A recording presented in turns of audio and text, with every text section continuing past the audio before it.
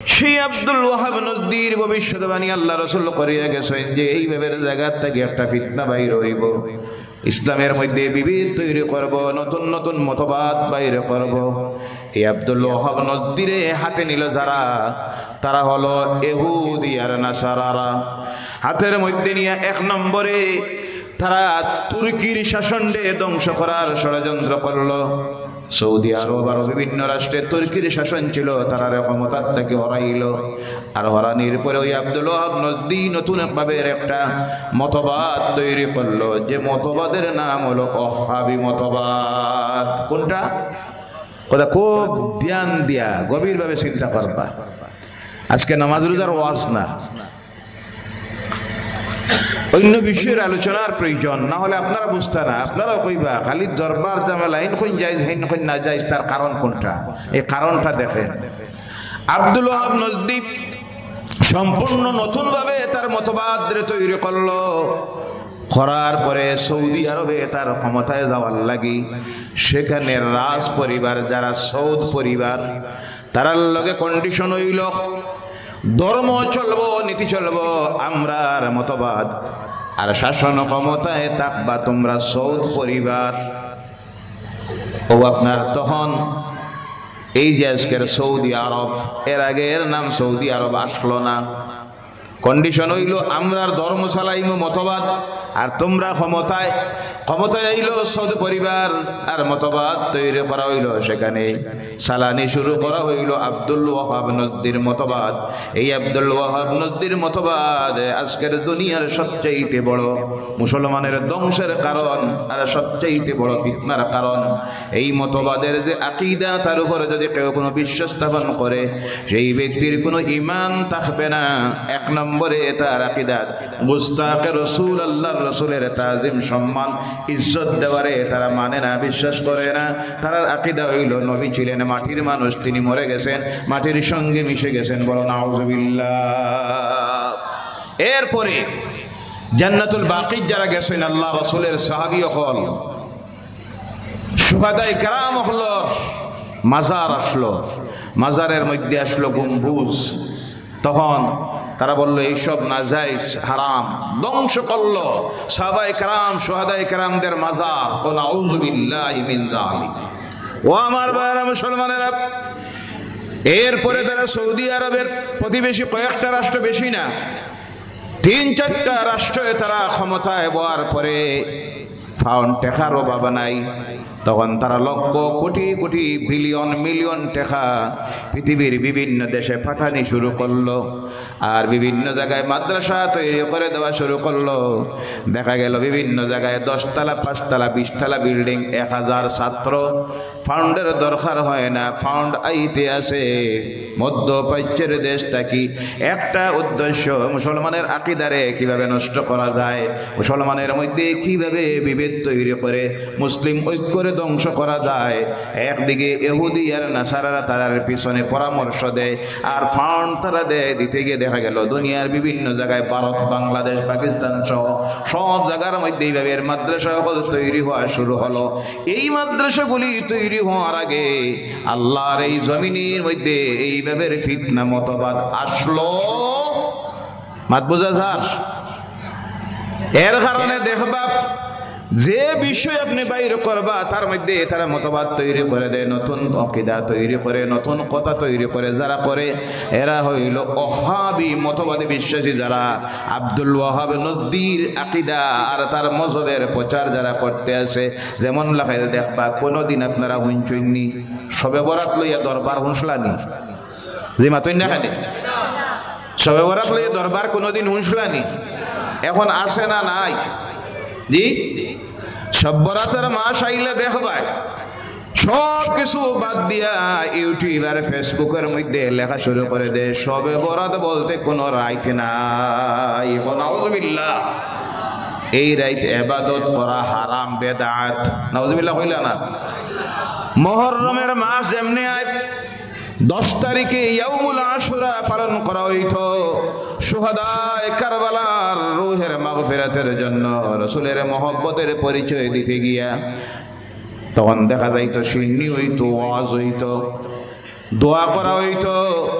এখন যেমনে দেখা যায় এই মুহররমের 10 তারিখ আয় আবার লগে লগে ফতোয়া দেওয়া শুরু করে এজিদরে গাইলাইও না খুব ভালো মানুষ আসলা তাই নাউজুবিল্লাহ এই দিন তারপরে হযরত হুসাইন রাদিয়াল্লাহু তাআলা আনহুরে অনেক বাদবুলা হয় অনেক সময় ইলা কইলায় এজিদ হুসাইনের হত্যার লাগি দায়ী না কোন নাউজুবিল্লাহ কয়টা ব্যাপারে বেশামরার মাথার দরকার নাই তা হলো রাজনীতির ব্যাপার কোন নাউজুবিল্লাহ মিন যালিক এরপরে দেখবা আল্লাহর ওলি হলেন মাহফিল যখন করা হয় লগে লগে দেখবা এখানের মধ্যে মতবাদ তৈরি করে কয় উরুস করা ইসালু সাহাবের মাহফিল করা হারাম নাউজুবিল্লাহ নাই এরার কিনারার মধ্যে যাওয়া ওসিলা নেওয়া দোয়া করা হারাম কোন নাউজুবিল্লাহ রমজান মাস এখন যখন দেখবা আওয়াল লগে লগে আবার আরেক দরবার এখন নয়া পরিবার করছে এরা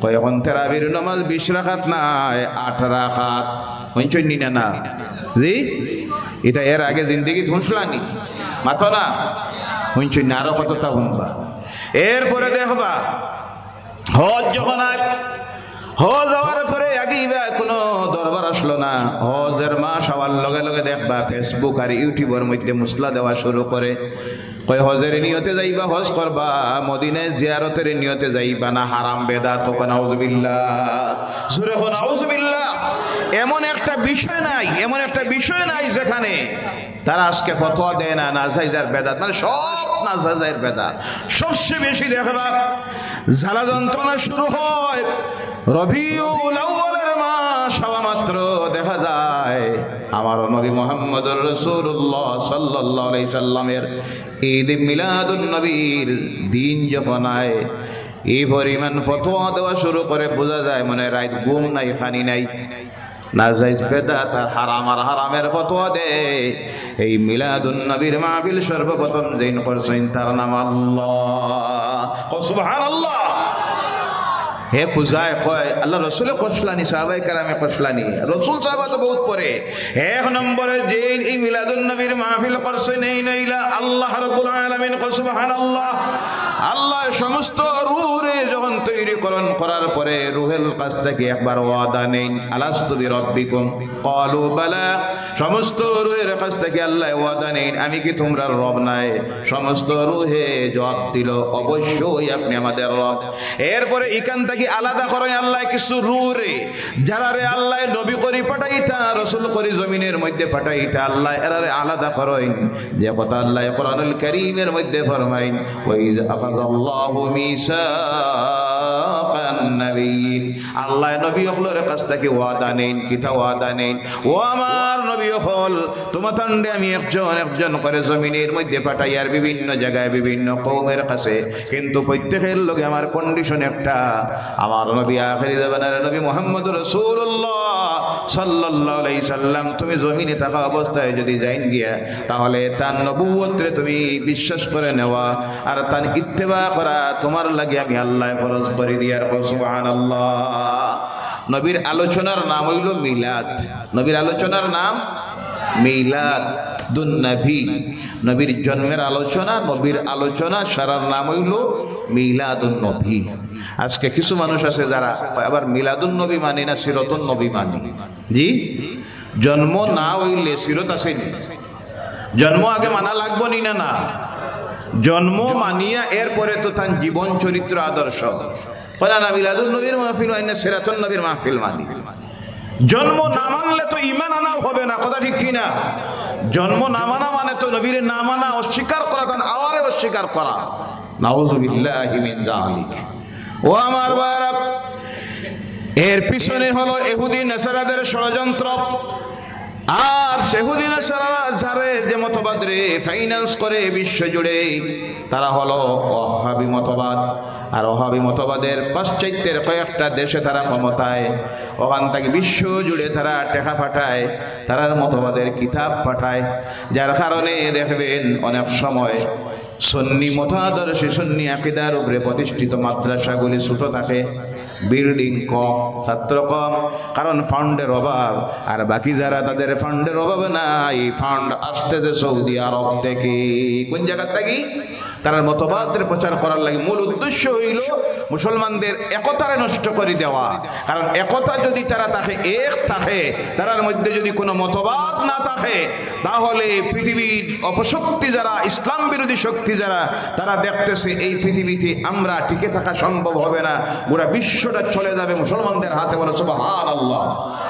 আজকের এই ঈদ মিলাদুন নবীর মাহফিলে প্রত্যেকটা ধর্মীয় সংগঠনের প্রতি আমার অনুরোধ থাকবে, ও মুসলমানেরা, এই সময় আমাদের অনৈক্যের নয়, আমরা এক হওয়ার সবচাইতে আজকের সময়ের দাবি।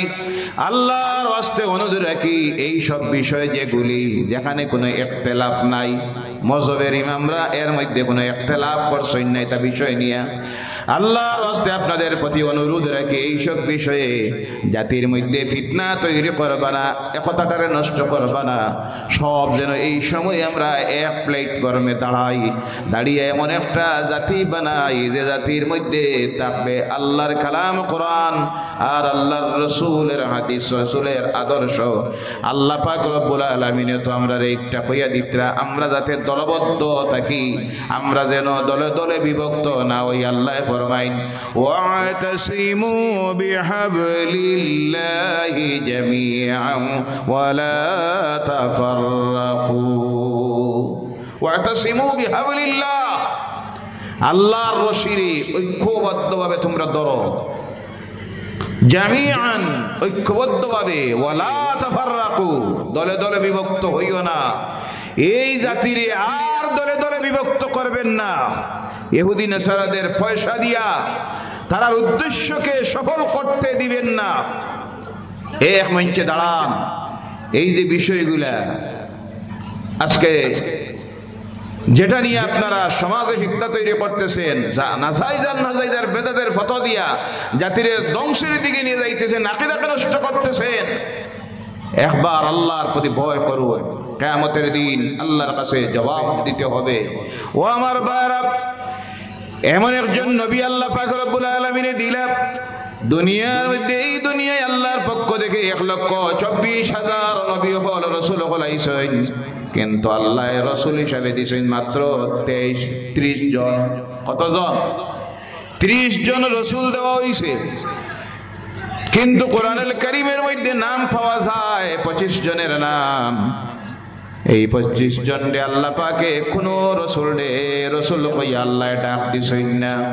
প্রত্যেকের এক এক উপাধি দেওয়া হয়েছে, কালিমুল্লাহ, জাবিহুল্লাহ, রূহুল্লাহ, কালিমুল্লাহ, এইভাবে বিভিন্ন নাম আল্লাহ দেন। খালিলুল্লাহ একমাত্র 1,24,000 নবীর মধ্যে আল্লাহ যারে রাসূলুল্লাহ কইয়া ডাক দেন, এই নইলে তোমার আমার নবী মুহাম্মদুর রাসূলুল্লাহ সাল্লাল্লাহু আলাইহি ওয়াসাল্লাম। সুবহানাল্লাহ।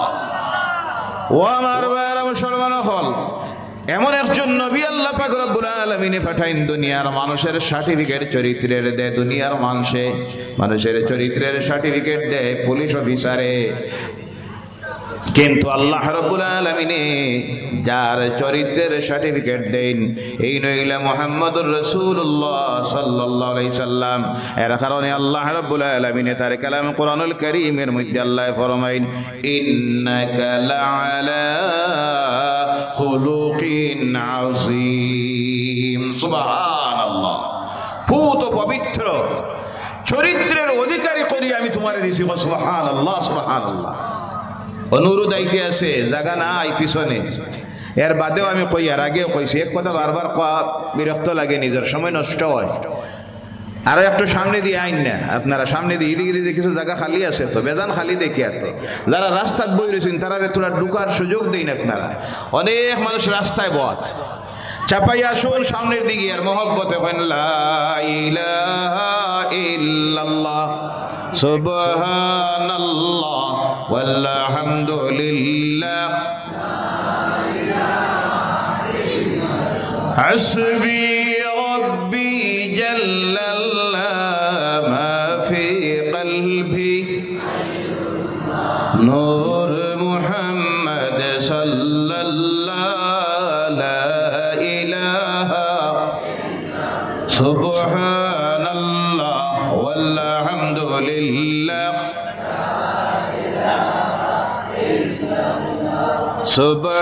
সুবহানাল্লাহ ওয়ালহামদুলিল্লাহ লা ইলাহা ইল্লাল্লাহু মুহাম্মাদুর রাসূলুল্লাহ সাল্লাল্লাহু আলাইহি ওয়াসাল্লাম। আজকের এই যে মিলাদুন নবীর মাহফিলের মধ্যে আপনারা হাজির হইছেন, এই মাহফিলের মধ্যে হাজির হওয়ার সওয়াব আছে না না? জি, গুনাহ না নেকি? কেমন নেকি? মাহফিলের সৌন্দর্যতা নষ্ট করবা না, সামনে চাপাই আসো। আপনার কারণে যদি নবীজির খুশির জন্মের আলোচনার মাহফিলের সৌন্দর্যতা নষ্ট হয়, কিয়ামতের দিন আল্লাহর কাছে জবাব দিতে হবে। আল্লাহ যেন গুস্তাখে রাসূল আমাদেরকে না বানায়। সামনে কথা না কইয়া সামনে দিয়ে আরো একটু চাপাইয়া আইন, পিছনে যারা আছেন রাস্তায় আপনারা সামনের দিকে ঢোকার চেষ্টা করুন। আল্লাহ তৌফিক দেন সবাই, আল্লাহুম্মা আমিন। হযরতে এই মাস যখন আয়, মাস হওয়ার পরে গোটা মাস কম পক্ষে নিজের বাড়িত আর কিছু পারইন না পারইন সামান্য শূন্য করবা রাজি আছে? মহল্লায় মহল্লায় কম পক্ষে রবিউল আউয়ালের 12 তারিখ যদি সম্ভব না হয় অন্য যে কোনো দিন এই মাসের গোটা মাসটা আল্লাহর কাছে সম্মানী। যেভাবে কোরআন নাজিল হওয়ার কারণে লাইলাতুল কদরের রাত্রি সম্মানী, আর লাইলাতুল কদরের রাত্রি রমজান মাসে পড়ার কারণে গোটা মাস সম্মানী। সুবহানাল্লাহ। অনুরূপভাবে আব্দুল হক মুহাদ্দিসে দেহলভী রহমতুল্লাহি তাআলা আলাইহির অভিমত তাইন কইতরা যে রমজানের মাসে শবে কদর সম্মানী হয়েছে কোরআন নাজিল হওয়ার কারণে, আর এই রাত জিবরাইল নাজিল হওয়ার কারণে, জিবরাইল আওয়ার কারণে। আর 3 নম্বরের কারণ হইল এই রাত যখন শুরু হয়, শুরুর থেকে বেইল উঠা পর্যন্ত, সালামুন হিয়া হাত্তা মাতলাইল ফাজর, ফজর পর্যন্ত শান্তি আর রহমত জমিনে অবতীর্ণ হয়। কারণ হইল 3টা। কয়টা? 3টা।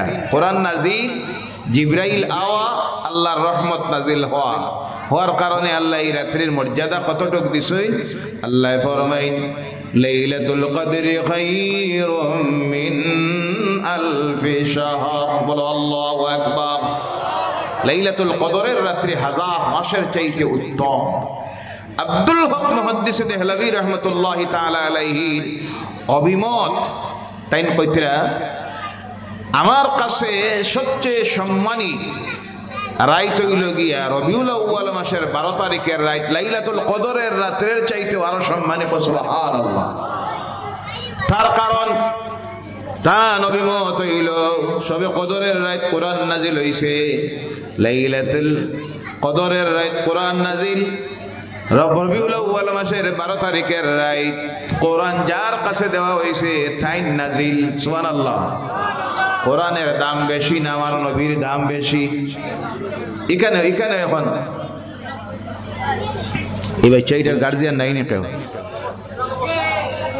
কত বড় বাচ্চারা কত বড় মোবাইল দেখেন। সমাজটা যে ধ্বংস হওয়ার কারণটা দেখেন সামনে উদাহরণ। তার থেকে বড় মোবাইল তার হাতে, যেটাই দিছে কত বড় বেকুফিটা বোঝা জাননি না। এই বাচ্চাটা কার? কোনো গার্জিয়ান নাই? উঠাই দিন বার করে দিন। এটা কি বুঝবো এখানে মোবাইলে ডং তামসা করতে আছে?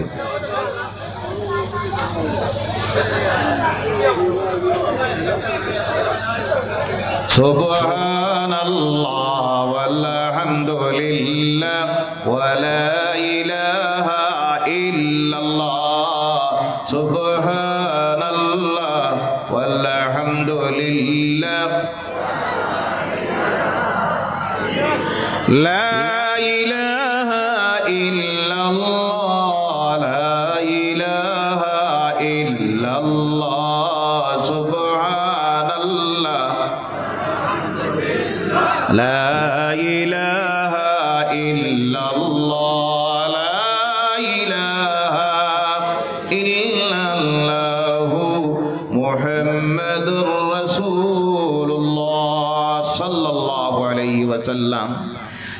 তাই কইতিরা যে এই রাত জিবরাইল আলাইহিস সালাম আমার কারণে তো সবে কদরের রাত সম্মানী এই রাত যেই নাইছেন জিবরাইল তো এক রাত হিনো আইছেন আর এখানেও যে নবী আইছেন তার কাছে জিবরাইল 1000 বার আইছেন সুবহানাল্লাহ সেখানে রহমত নাজিল হয়ে সবে কদরের রাত রহমত নাজিল হয় বেইল ডুবার থেকে লইয়া বেইলুটা পর্যন্ত আর রবিউল আউয়াল মাসের 12 তারিখে যেই জমিনের মধ্যে আইছেন তাই কেমন রহমত 1 ঘন্টার 2 ঘন্টা আর এক রাতের জন্য রহমত নয় যেই নইলা রাহমাতাল লিল আলামিন সুবহানাল্লাহ এর কারণে তা নবীমত লাইলাতুল কদরের রাত্রির চাইতে রবিউল আউয়াল মাসের 12 তারিখের রাত্রি আল্লাহর কাছে সম্মানিত সুবহানাল্লাহ আব্দুল হক মুহাদ্দিস দেহলভী রাহমাতুল্লাহি তাআলা আলাইহি সেই মুহাদ্দিস যার রে নাস হইয়া হিন্দুস্তানের যে কোনো সংগঠনের আলিম যারা মৌলানার সার্টিফিকেট যারা পাইন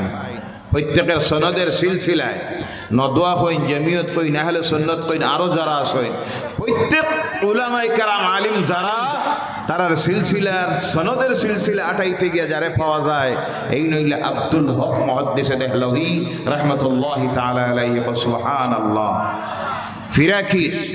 ফিরাকির লাইন খুব ভালোভাবে দেখেন ফিরাকির লাইন যেটা আছে তরিকায়ে কাদরিয়া চিশতিয়া নকশবন্দিয়া মুজাদ্দিদিয়া মুহাম্মদিয়া আরো যত তরিকা প্রত্যেক সিলসিলা যখন আটানি হয় ফিরাকির সিলসিলা এর মধ্যে গিয়ে একজন বুজুর্গকে পাওয়া যায় যার নাম হইল ইমদাদুল্লাহ মুহাজিরে মক্কি রাহমাতুল্লাহি তাআলা আলাইহি যারে বাদ দিয়া কোন সিলসিলার ফিরাকি নাই মাত বোঝা যা যে কোনো সংগঠনের পীর সাহেব যেই তার সিলসিলা আটাইলে গিয়ে পাওয়া যায় ইমদাদুল্লাহ মুহাজিরে মক্কি রাহমাতুল্লাহ আলাইহি ওনার পীর এই অমুকের পীর এই নমক হইয়া যাওয়ার পরে তানে পাওয়া যায় ও জেনে পাওয়া যায় এই সবচেয়ে বড় এক বেদাতের কাজ করিয়া গেছেন পীর সাহেব যদি বেদাতি হয় মুরিদ কোন জাত জি বেদাতি পীর যদি গুমরা হয় মুরিদ কোন জাত এখন নিজের ফিট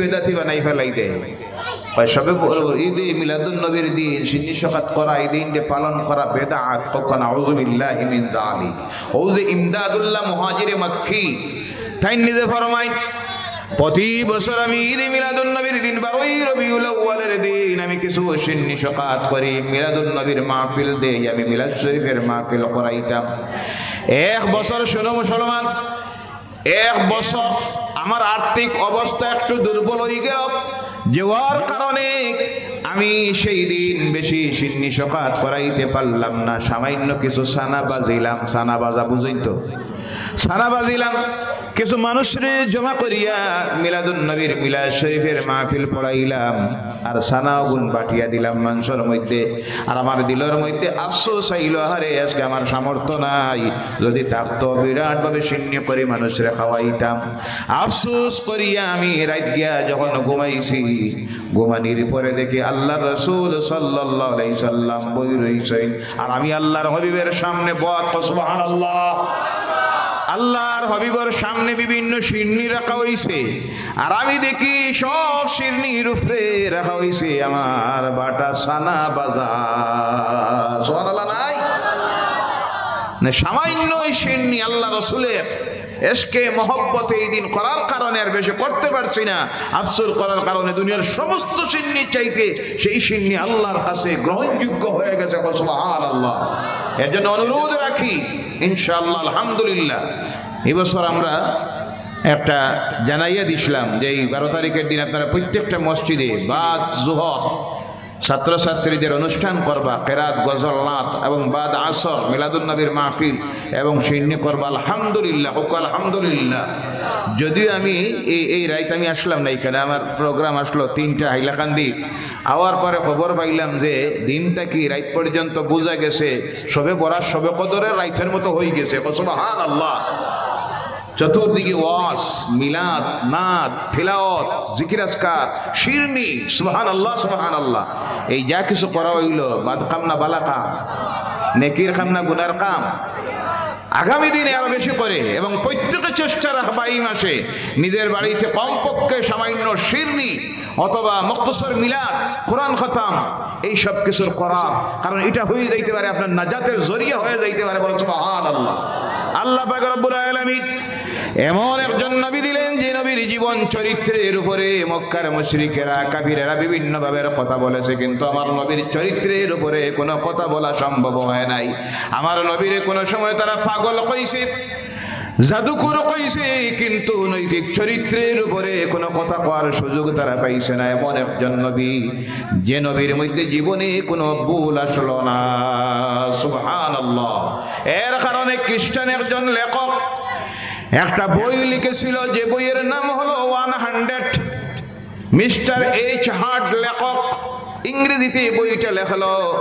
বিশ্বসেরা 100 জন মনীষী, দার্শনিক, সমাজসেবী, রাজনীতিবিদ, ধর্ম প্রচারক জীবন চরিত্রের উপরে রিসার্চ করছে, গবেষণা করছে, করার পরে বই লিখছে। লিখতে গিয়ে বইয়ের 1 নম্বরে যার স্থান দিল, এর নাম হইল মুহাম্মাদুর রাসূলুল্লাহ সাল্লাল্লাহু আলাইহি ওয়াসাল্লাম। বই যখন প্রকাশিত হলো, তার সমালোচনা ইসলামের দুশ্মন যারা নবীর দুশ্মনেরা সমালোচনা শুরু করলো। মিস্টার হার্ট সাহেব, তুমি আর কি কাউরে পাইলাই না? কার্ল মার্কস আছে, লেনিন আছে, আলফ্রেড আছে, ড্রাইন আছে, এরপরে মাও সেতুং আছে, আরো বিভিন্ন, মহাত্মা গান্ধী, স্বামী স্বরূপানন্দজি, বিবেকানন্দজি, আরো অনেক যারা আছেন, এরার কাউরের নাম না দিয়া মুসলমানদের নবীরে তুমি 1 নম্বরে কোন কারণে জায়গা দিলাই? জবাব দিতে গিয়ে এই চাহার্ট আরেকটা বই লিখলো, লিখে জবাব দিল। দিতে গিয়ে লেখলো, ও দুনিয়ার মানুষেরা, আমি প্রত্যেকটা মানুষের উপর রিসার্চ করেছি, ধর্মবিদ, রাজনীতিবিদ, সমাজসেবী, 1000 মানুষের জীবনের উপরে গবেষণা করে 900 জনকে বাদ দিলাম, দিয়া রাখলাম 100 জন। আর এই 100 জনের উপরে আমি আবার গবেষণা রিসার্চ যখন করলাম, করে গিয়ে আমি দেখলাম বাকি 999 জনের মধ্যে কিছু না কিছু ভুল আছে। একজন মহামানব আমি খুঁজাইয়া পাইলাম, যার 63 বছরের জীবনের মধ্যে একটাও ভুল নাই। আর সুবহানাল্লাহ, নারায়ে রিসালাত, নারায়ে রিসালাত। এরপরে গিয়ে লেখলাম বাকি যারা, তারার জীবনের উপরে আমি আলোচনা করে গিয়ে দেখলাম তারা তাদের নিজের ব্যক্তি জীবনের চিন্তায়, পারিবারিক জীবনের চিন্তায়, নিজের স্বার্থের চিন্তা কিছু না কিছু করছেন, কিন্তু এই মহামানব নিজের 63টা বছরের জীবন দুনিয়ার মানুষের কল্যাণে কাটাইয়া দিছে। সুবহানাল্লাহ। ও মুসলমান, এমন একজন নবীর উম্মত আমরা, যে নবীর মুখ দিয়া জীবনে মিথ্যা কথা কোনো সময় বার হইছে, যে নবী জীবনে কোনো মানুষের গালি দেন নাই, কোনো মানুষের দিকে হাত তুলে আঙ্গুল তুলে কথা বলেন নাই, যে নবী চোখ লাল করে দুনিয়ার কোনো মানুষের সঙ্গে কোনোদিন কথা বলেন নাই, যে নবীর হাত থেকে কোনো মানুষের গায়ে একটা তাপ্পড় পর্যন্ত লাগে নাই। সুবহানাল্লাহ।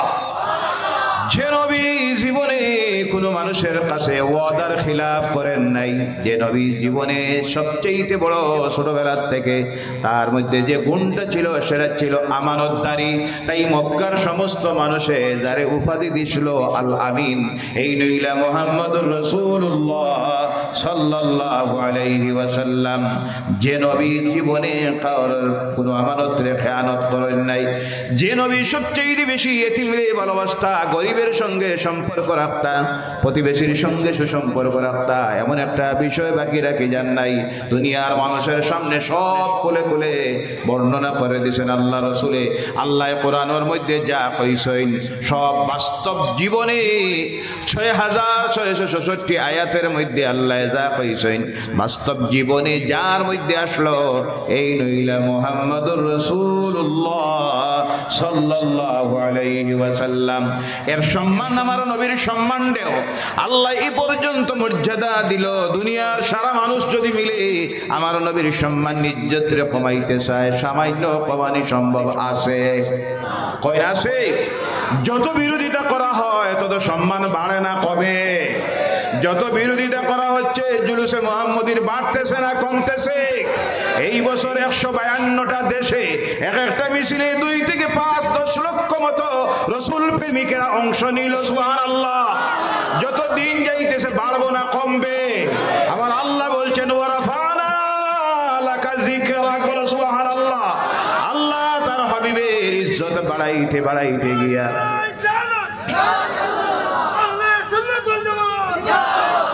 আল্লাহ তার রাসূলের ইজ্জত বাড়াইতে বাড়াইতে গিয়া সেই দিন প্রমাণ দিব এর চাইতে সম্মানী আর কেউ নাই, যেই দিনের নাম হবে কিয়ামতের দিন। কোন দিন? সমস্ত নবীরা যেই দিন নাফসি নাফসি বলতে থাকবেন, সেই দিন আল্লাহ পাক আপনার আমার নবীরে নিয়ে যে জায়গার মধ্যে বসাইবে সেই জায়গার নাম হলো মাকাম মাহমুদ। বলে সুবহানাল্লাহ। আমরা দোয়া করি আজানের বাদে, করই না আপনারা? জি করইনি না বাদ দিছই?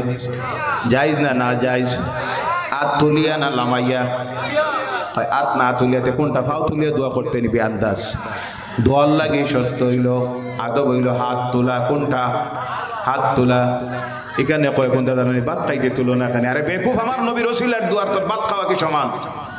মাঝে দেখছেন ফেসবুকে একটা লেখছে মৌলানা সারিমুলক সাহেব, আপনি যে মানুষের শিখাইতে নবীর জন্মদিন পালন করা, আর কয়দিন বাদে এরা নিজের ছেলে মেয়ের বার্থডে পালন করা শুরু করবো, তার মার বার্থডে পালন করবো। আরে বেকুফ, আমার নবীর জন্মদিন আর তোর বউর জন্মদিন সমান নাকি হইতে পারে?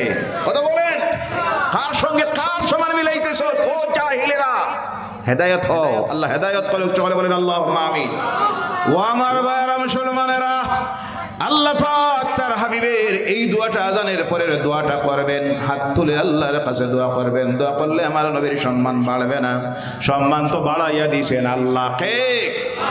দোয়া যদি আপনি করেন, হাদিস শরীফের মধ্যে আসতেছে আল্লাহ রাসূল সাল্লাল্লাহু আলাইহি সাল্লাম বলেন, এই দোয়া যখন কেউ করে মুয়াজ্জিনের আজানের জবাব দেয়, দেওয়ার পরে দুরূদ পড়ে আর আল্লাহর হাবিবের জন্য শাফায়াতে নসিব হওয়ার জন্য মাকামে মাহমুদ আল্লাহ দেওয়ার জন্য যখন হাত তুলে দোয়া করে, আল্লাহ রাব্বুল আলামিন সেই ব্যক্তির জন্য কিয়ামতের দিন আল্লাহর হাবিবের শাফায়াত করা ওয়াজিব করে দেয়। লাভ তোমার না নবীর? কার? আমরা করবা? রাজি আছেন? আজ থেকে কারা কারা করবা? হাত উঠান আর বলেন নারায়ে তাকবীর, নারায়ে রিসালাত, নারায়ে রিসালাত। হাত নামান। ভাইরা আমার, এমন একজন নবীর জীবনের এক একটা উদাহরণ যদি দেই সামনে, যে নবীর জীবনের আলোচনা করে কেউ শেষ করা সম্ভব হবে না, কারণ কোরআনের আলোচনার শেষ নাই। আর গোটা কোরআন হলো আমার নবীর বাস্তব জীবন, তাই নবীর জীবনের আলোচনা করে শেষ করা কোনো দিন সম্ভব হবে না। দুনিয়ার সৃষ্টির থেকে নবীর আলোচনা হইতে আছে, সৃষ্টির আগ থেকে, যখন আল্লাহর সৃষ্টির কোনো কিছু নাই সেই সময় যার আলোচনা শুরু হয়ে গেছে তিনি হলেন মুহাম্মদুর রাসূলুল্লাহ সাল্লাল্লাহু আলাইহি ওয়াসাল্লাম। আজ পর্যন্ত আলোচনা চলতেছে।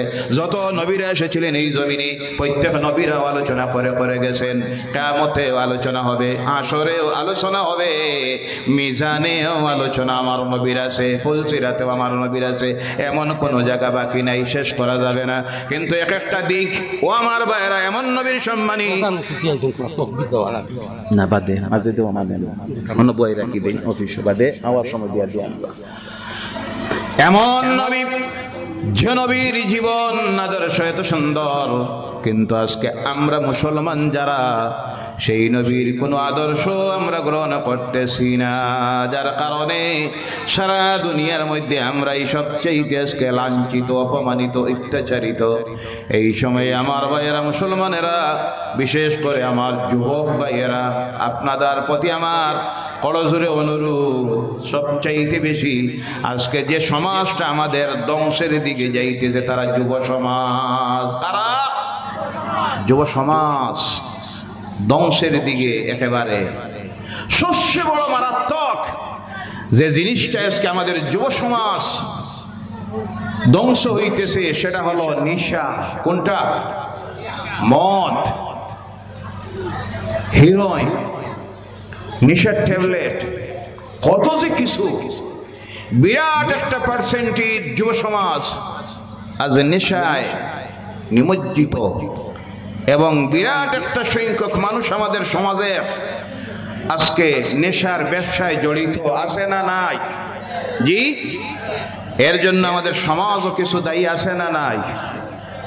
কারণ সমাজে একটা নিয়ম এখন চালু হয়ে গেছে, যে ব্যক্তি পয়সাওয়ালা সেই ব্যক্তি মসজিদের প্রেসিডেন্ট। জি, মাদ্রাসা না মিশা?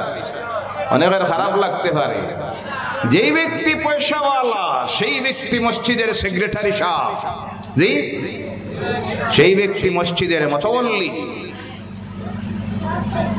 তার কাছ থেকে আদায় করা হয় মসজিদের চাঁদা 1 লক্ষ টাকা। শুকরের মাংস যেমন হারাম, হারাম উপার্জন তেমন হালাল না হারাম? হারাম। এরপরে দেখা যায় এরাই সমাজের মুরব্বী, এরাই সমাজের নেতৃত্ব দিতেছে।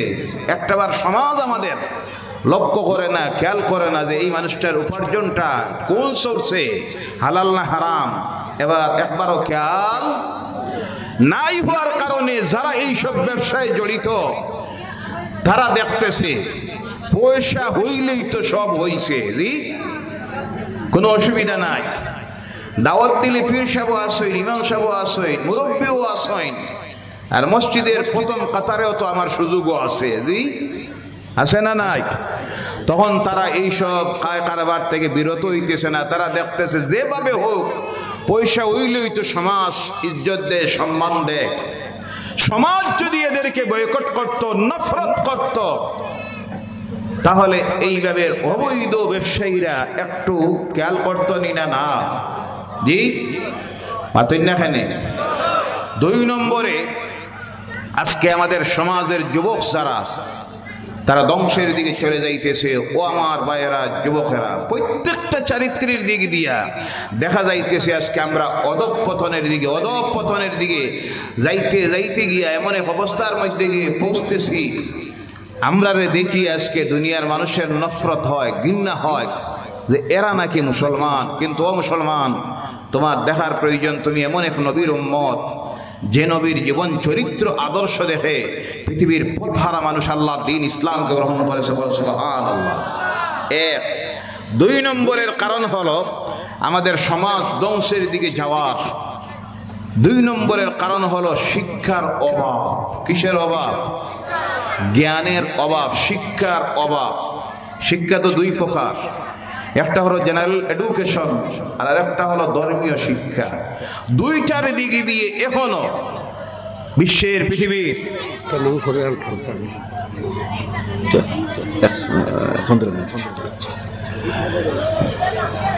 অন্যান্য ধর্মের মানুষ যেভাবে শিক্ষার দিক দিয়ে যতটুক অ্যাডভান্স হয়েছে আধুনিক বিজ্ঞানের উন্নতিতে, যেভাবে মানুষ উন্নতির দিকে গিয়ে পৌঁছেছে, সেই হারে লক্ষ্য করলে এখনো আমাদের সমাজের মানুষ জেনারেল শিক্ষার দিয়ে অনেক পিছনে। কথা ঠিক কিনা? শিক্ষার অভাব কারণে আপনারা দেখবা বেশিরভাগ অসামাজিক কাজের মধ্যে তারা ধরা পড়ে, বেশিরভাগ তারা ধরা পড়ে অশিক্ষিত সমাজ। কথা ঠিক কিনা? 2 নম্বরে আরেকটা শিক্ষার অভাব হওয়ার কারণে আবার আরেকটা শ্রেণী দেখা যায় বেশিরভাগ আল্লাহর নাফরমানিতে ধরা পড়ে, যারা দেখা যায় ধনসম্পদ আছে, গরিব নাই, আর শিক্ষাও আছে, জেনারেল এডুকেশন আছে, কিন্তু যে জিনিসে তার চরিত্রকে ঠিক করার প্রয়োজন ছিল, নৈতিক চরিত্র ঠিক করার জন্য যে জ্ঞানের প্রয়োজন ছিল সেই জ্ঞান নাই। যে জ্ঞানের নাম হলো ধর্মীয় জ্ঞান। কোন জ্ঞান? ধর্মীয় জ্ঞান। কোরআনের শিক্ষা ছাড়া মানুষের নৈতিক চরিত্র সংশোধিত হয় না। কারণ মানুষের ভিতরে যত সময় আল্লাহর ভয় ঢুকবে না তত সময় এই মানুষের চরিত্র ঠিক হয় না। আর চরিত্র ঠিক হওয়ার জন্য, আল্লাহর ভয় ঢুকানোর জন্য দুনিয়ার এডুকেশন, জেনারেল এডুকেশনে ঢুকাইতে পারে না মানুষের ভিতরে। আল্লাহর ভয় ঢুকাইয়া দেয় যে জ্ঞান, এটা হলো ইসলামের জ্ঞান, কোরআনের জ্ঞান। বলেন সুবহানাল্লাহ।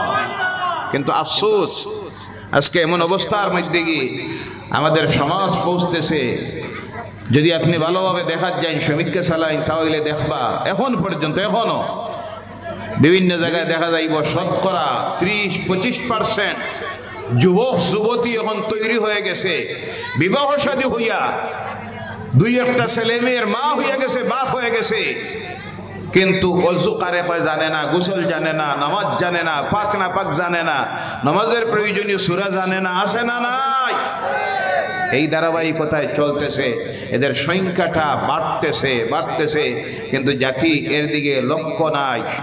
এই চিন্তাধারা করে আমরা গ্রামাঞ্চলের উলামায়ে কেরামরা, মসজিদ, জামা মসজিদের সেক্রেটারি সাহেব থেকে শুরু করে ইসলামিক প্রাথমিক শিক্ষা বোর্ড আমরা গ্রহণ করেছি, বিভিন্ন মক্তবের 5 বছরের সিলেবাস তৈরি করেছি, পরীক্ষার সিস্টেম দিয়েছি, বই দিয়েছি, যাতে কমপক্ষে মুসলমানের ছেলেমেয়েরা 5 বছরে কমপ্লিট ইসলামিক যে জ্ঞানের প্রয়োজন তা শিক্ষা গ্রহণ করে। কিন্তু আফসোস দেখা গেল এখন পর্যন্ত মাত্র 10 থেকে 15টা মক্তব বা মসজিদের মধ্যে অংশগ্রহণ করেছে। বাকি কমিটির কর্মকর্তা যারা, তারা কয় ইটার দরকার নাই, আমরা শূন্যওয়ালাও চলুক। জি। আর ইমাম যারা, তারা দেখলা এটা যদি লাগাই আরো বেশ পড়ানি লাগবো, তারা কইন কমিটি এটা মানে না, তারা কইছিল শূন্যওয়ালা চলতো। চলতে চলতে ধ্বংসের দিকে যাইতেছে সমাজ। সচেতন হন, চরিত্রকে সংশোধিত করুন। বিভিন্ন বিষয় ছিল আলোচনার, সময়ের স্বল্পতায় সেই আলোচনার দিকে যাওয়া যান না। প্রধান অতিথি আসার সময় হয়ে গেছে, এর জন্য আপনাদের কাছে অনুরোধ, আল্লাহর ওয়াস্তে ও মুসলমানেরা, পৃথিবীর যেদিকে আমরা দেখতেছি আজকে আমরা অত্যাচারিত, নির্যাতিত, বঞ্চিত, লাঞ্ছিত, মজলুম, আমরা মজলুম। আল্লাহর গজবাত আমাদের উপরে বিভিন্নভাবে আসতে আছে। এর কারণ হলো আমরা আল্লাহর নাফরমানিতে নিমজ্জিত হয়ে যাওয়ার কারণে।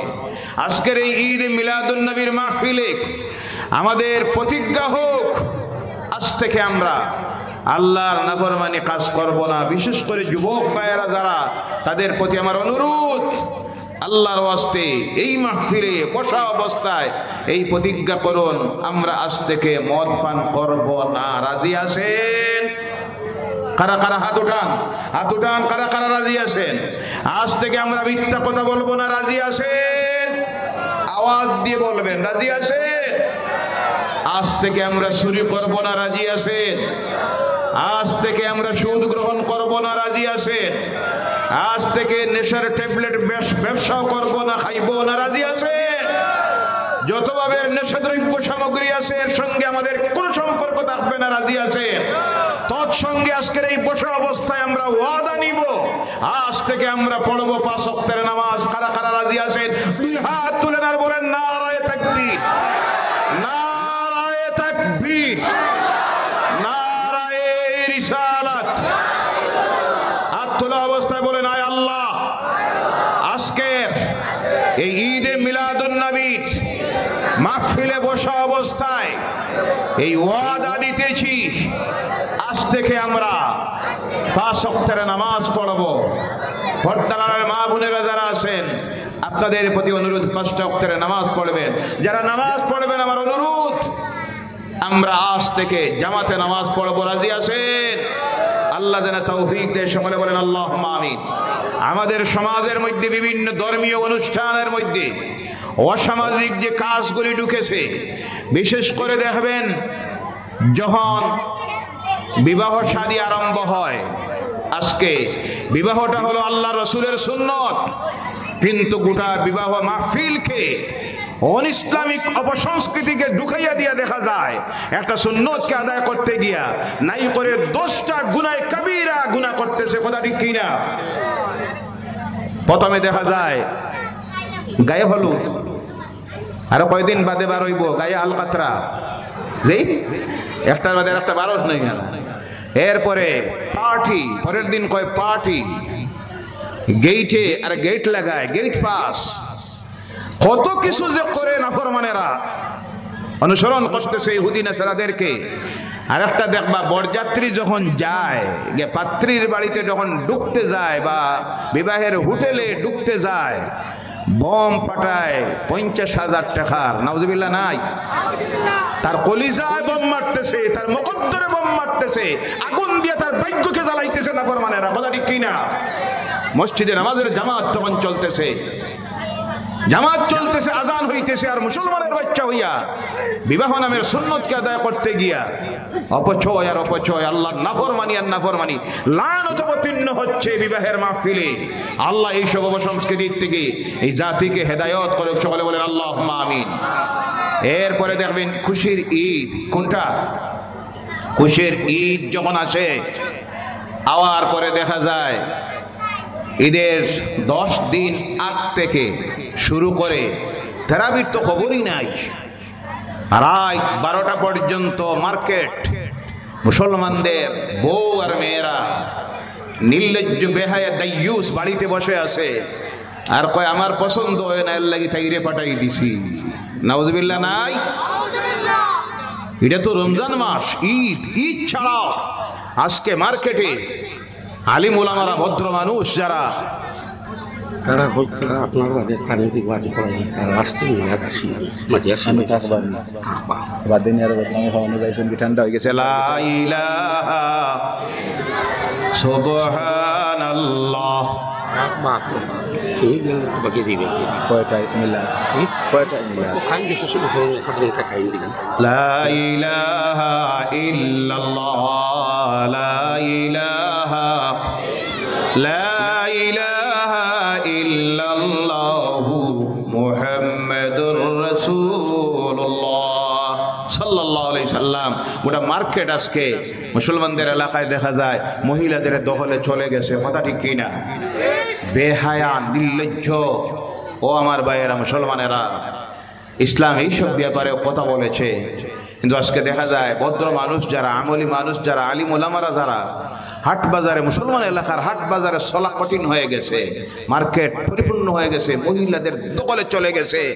আলিম ওলামাদেরকে খেয়ালই করে না। অনেক সময় বাধ্য হয়ে আলিম ওলামারা রাস্তা ছাড়ি দিতে হয়, আছে না নাই? এই যে অবস্থাটা আমরা করতেছি, এটা তো আমার নবীর আদর্শ নয়। ইসলামের কি শিক্ষা? আপনারা যারা মক্কাতুল মুকাররমায়, মদিনাতুল মুনাওয়ারায় গিয়েছেন, পরিবেশ দেখেছেন, ইসলামের পরিবেশ কি হতে পারে, কি সিস্টেম, কি ব্যবস্থা। কিন্তু আজকে আমরা সব কিছু আমরা ছেড়ে দিয়েছি আর ফলো করতেছি ইহুদি আর নাসারাদের কালচারকে।